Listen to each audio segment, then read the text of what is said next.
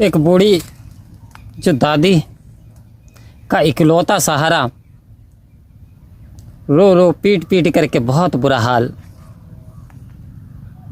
इतना रो रही है बूढ़ी माँ क्योंकि माँ तो पहले गुजर गई, पिता भी नहीं थे, दादी ने पालन पोषण किया। लेकिन हुआ क्या, यानी अभी दास जब आ रहा था विद्यालय से तो एक गाड़ी के पीछे लिखा हुआ था, बेवफा निकली तो इतनी लगन, काश वफा निकलती तो ऐसा क्या होता। अर्थात वो जो लड़का, जो दादी का बुरा हाल है, वो किसी लड़की के चक्कर में पड़ करके, सूरत के चक्कर में पड़ करके उसने इनकार कर दिया कि मैं भाई आपसे लव नहीं करती, प्रेम नहीं करती। तो उस बच्चे ने क्या किया, उसने सुसाइड कर लिया। तो क्या वास्तव में इस तरीके का इंसान अभी ये जो नादानियों में है,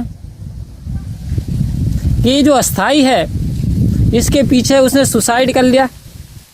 तो बूढ़ी माँ ये कह रही थी, बेटा मेरी परवरिश में क्या कमी रह गई थी, क्या कोई ऐसी कमी रह गई थी जो तू मेरा इकलौता था और तू मुझे छोड़ करके चल दिया। इतने दिनों का प्यार तूने 2 मिनट में भुला दिया। तो वास्तव में है क्या ये?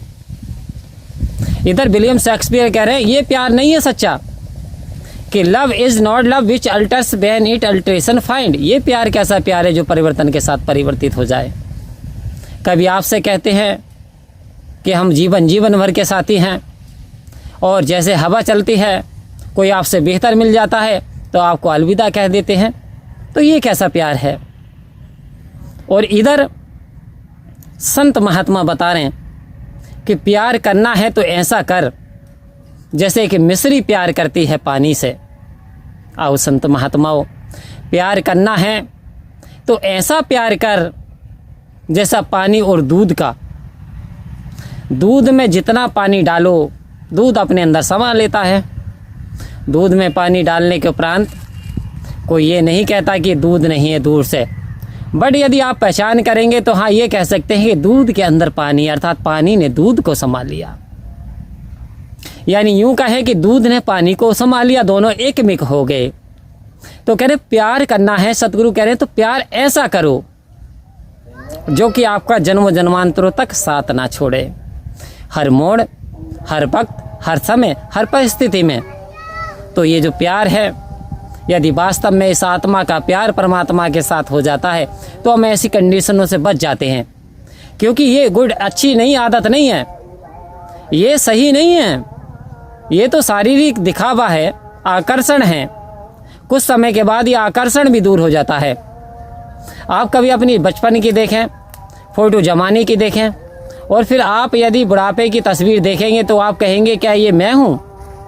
इंसान बदलता है, सूरत बदल जाती है, रिश्ते बदल जाते हैं, हालात बदल जाते हैं। तो आओ संत महात्माओं, सतगुरु इस ओर इशारा दे रहे हैं जो कभी बदलता नहीं, कि एक छड़ी सतगुरु के हाथ में पापी जीव के तारन को, एक हाथ में चोर के वही छड़ी संसारी जीव को लूटन को।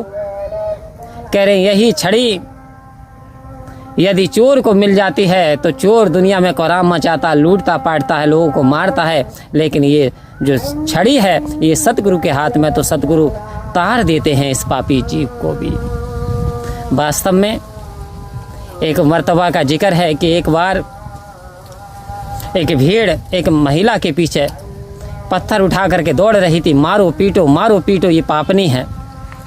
चारों तरफ से हद ये हुई कि चारों तरफ से उस महिला को घेर लिया भीड़ ने, और सभी उतावले कि पहले मैं मारूं सभी। अचानक शोर प्रभु ईसा ने भी सुना, और प्रभु ईसा ने जब ये शोर सुना तो चेलों से कहा कौन? कह रहे एक औरत है, ना जाने कुछ चुरा लिया, लोग इसे पापनी बता रहे हैं और उसे पत्थर मारना चाहते हैं।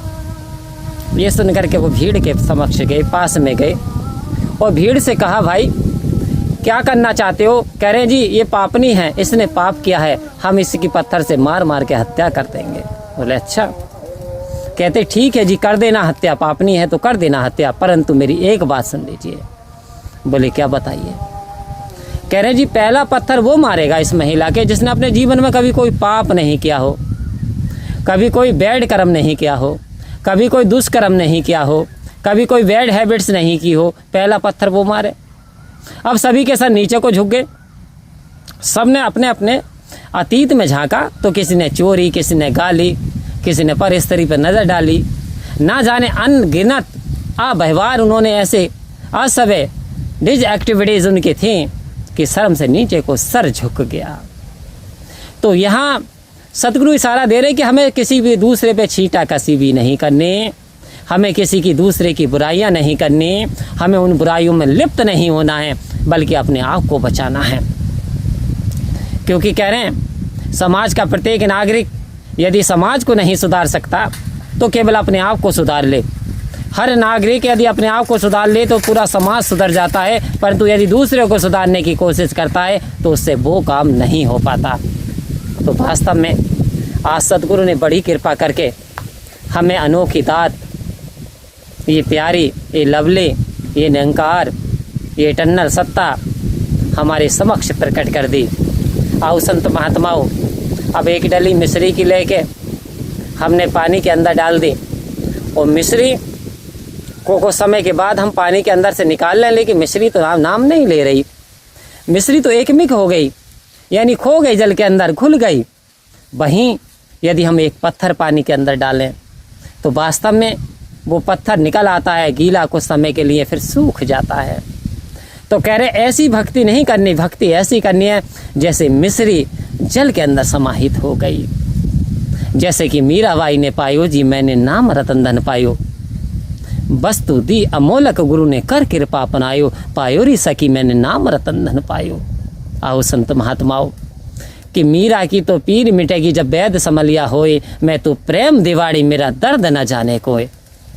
ऐसी दर्द, ऐसी बेचैनी परमात्मा के लिए हो तो आनंद आ जाए, क्योंकि परमात्मा ही एक ऐसी सत्ता है जो अजर है, अमर है, अविनाशी है। कहा भी है कि तीन काल है सत्य तू, मिथ्या है संसार, घट घटवासी हे प्रभु अविनाशी करतार, और दया से तेरी हो सभी भवसागर से पार।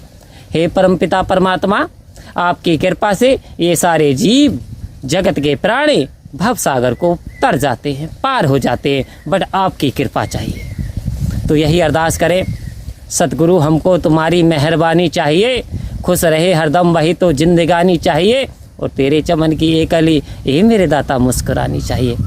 चमन किसका है? चमन है परमात्मा का।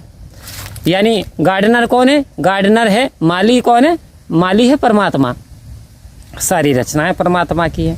फिर हम कौन होते हैं? कमियां निकालने वाले। कौन होते हैं? छींटा कसी करने वाले। हमें केवल अपने आप में सुधार करना है, हमें अपनी सोच बदलनी है, हमें सतगुरु के पद चिन्हों पर चलना ही चलना है। हमें सेवा सत्संग सिमरन को जीवन का आधार बनाना है। तब हम देखेंगे कि हमारे अंदर आमूल परिवर्तन हो चुके हैं। हम पे सतगुरु की असीम कृपा बरस रही है। तो आओ संत महात्माओं, सतगुरु की कृपा का पात्र बनना है तो सतगुरु के पद चिन्हों पे भी चलना पड़ेगा। परम प्यार से बोलिए धन्यवाद जी।